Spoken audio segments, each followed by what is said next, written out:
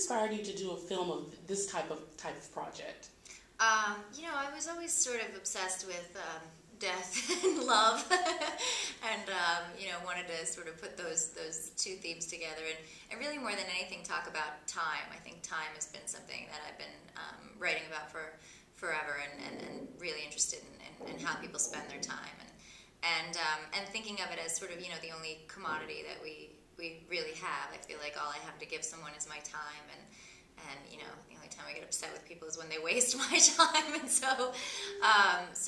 you know, I was thinking a lot about things like that, and you know, the ideas for this were, I think, brewing for a long time.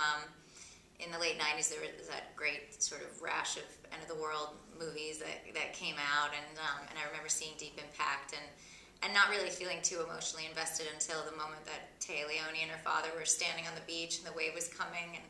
then I was like, all right, I'm in. And so, and then 9/11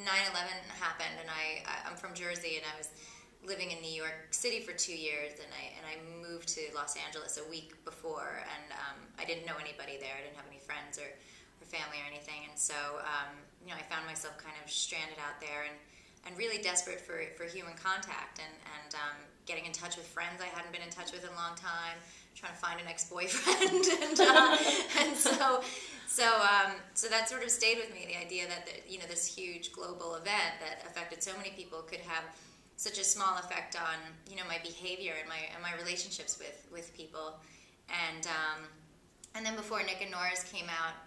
I was thinking a lot about that film, and how, you know, infinite is actually in the title, and it seems like the kind of thing that could go on forever, and these kids really, you know, they didn't have much of a ticking clock other than the sun coming up, and so I was just thinking, well, what would it do to a love story if you took forever off the table? You know, what would that do if you gave them the loudest ticking clock you could kind of imagine, and you know, and you set an end date for it, and how does that affect people's relationships and what they do with their time?